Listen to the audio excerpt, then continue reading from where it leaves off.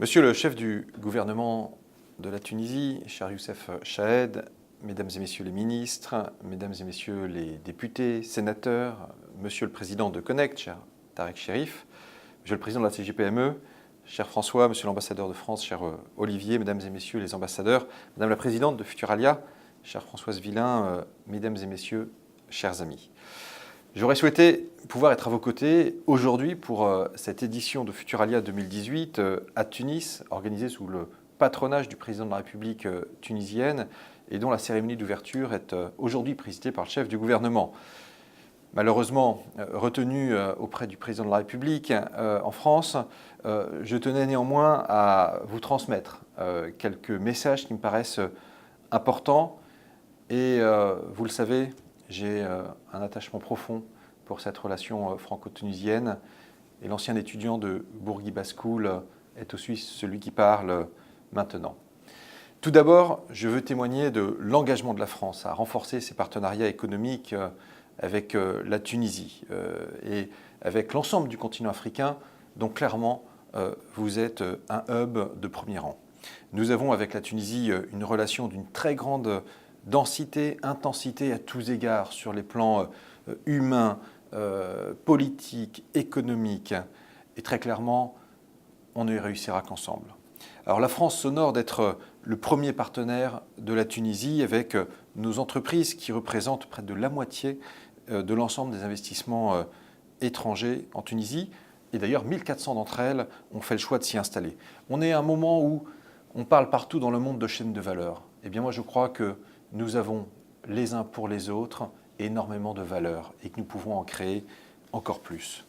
Notre partenariat, il est très clairement tourné vers l'avenir et lors de sa visite d'État en Tunisie, fin janvier, le président de la République a fixé un cap ambitieux, doubler les investissements français en Tunisie d'ici 2022. Naturellement, le ministère de l'Europe et des Affaires étrangères est totalement mobilisé et je dois dire que mon second message sera un message d'encouragement parce que c'est vous, entrepreneurs, qui êtes au cœur de nos relations économiques. Vous êtes le trait d'union entre nos peuples, nos sociétés, partageant une même langue. Et d'ailleurs, j'en profite, puisque nous parlons de cette langue française, eh bien pour saluer l'organisation par la Tunisie eh bien, du sommet de la francophonie en 2020, la première fois qu'il sera organisé au Maghreb. Et ça sera une occasion de mettre en valeur cette formidable communauté humaine qui se tisse autour du français. Alors, je sais que nous avons un certain nombre de défis communs à relever. Celui de la sécurité, c'est une de nos priorités naturellement diplomatiques sur l'ensemble du continent. La France et la Tunisie agissent ensemble de concert dans la lutte contre le terrorisme. Et je tiens à naturellement exprimer toute ma solidarité à nouveau au peuple tunisien pour les personnes qui, hélas, ont été frappées lors du récent attentat. Et vous le voyez, en France, nous sommes également dans un moment de commémoration après ce 13 novembre fatal qui a touché bien des familles.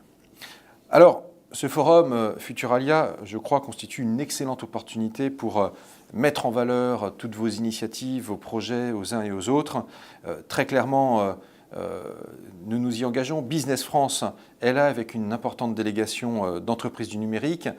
J'ose espérer que justement de nouveaux partenariats qui vont favoriser la création de l'emploi vont se matérialiser. En tous les cas, je peux vous l'assurer, la formation, l'emploi des jeunes sont une priorité de la France en Tunisie. Et le fonds d'urgence de 50 millions d'euros annoncé par le président de la République, piloté par l'Agence française de développement, permet d'ores et déjà de financer des projets innovants, notamment dans le numérique, où il y a là une jeunesse tunisienne particulièrement bien formée et dont nous savons eh bien, qu'elle est armée pour innover, créer les applications et les environnements numériques de demain. Il y a naturellement des secteurs qui restent des secteurs d'excellence avec le tourisme, les énergies renouvelables, la santé, les transports et bien d'autres.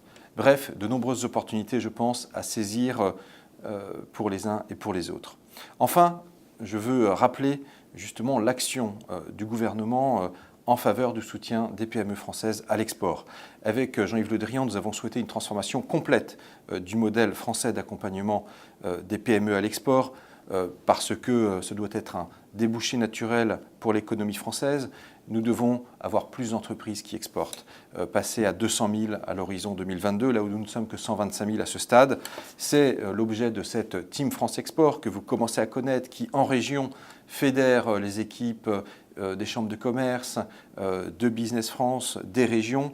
Et puis, naturellement, les ingrédients qui ont fait le succès de Business France doivent demeurer, chasser en meute, avoir des pavillons France dignes de ce nom et fédérateurs, des mesures d'accompagnement personnalisées grâce au VIE naturellement, et puis le financement qui est le nerf de la guerre. Et de ce point de vue-là, vous l'avez vu, nous avons réformé les outils d'assurance crédit, simplifié l'assurance prospection, rajouté 11 devises à l'assurance change, créé un pass export pour fluidifier les demandes d'assurance crédit, et nous allons travailler d'arrache-pied pour apporter également des garanties aux filiales étrangères d'entreprises françaises ainsi qu'aux sous-traitants d'entreprises exportatrices. Ça concernera sûrement également des entreprises tunisiennes.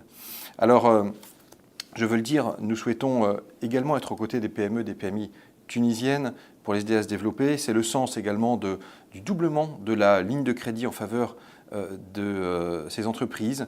Une ligne qui est maintenant abondée à hauteur de 30 millions d'euros et qui permet aux PME, PMI tunisiennes dans tous les secteurs, hormis celui du tourisme, de bénéficier de prêts à taux très favorables pour acheter des biens, des services en France comme en Tunisie et bénéficier aussi de formation professionnelle grâce à une enveloppe de 6 millions d'euros de dons. Donc, quelques mots pour à nouveau vous souhaiter plein de bonnes choses pour vos travaux, pour ces rencontres.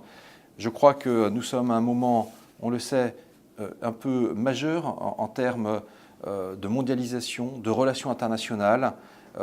Le temps gronde parfois, mais il y a là, entre la France et la Tunisie, entre les acteurs économiques que vous êtes, entre les acteurs économiques et politiques que nous sommes, eh bien, une envie d'aller de l'avant, de toujours plus développer les échanges au profit de nos peuples. Très belle journée à vous et à très bientôt sur le terrain ensemble. Je vous remercie.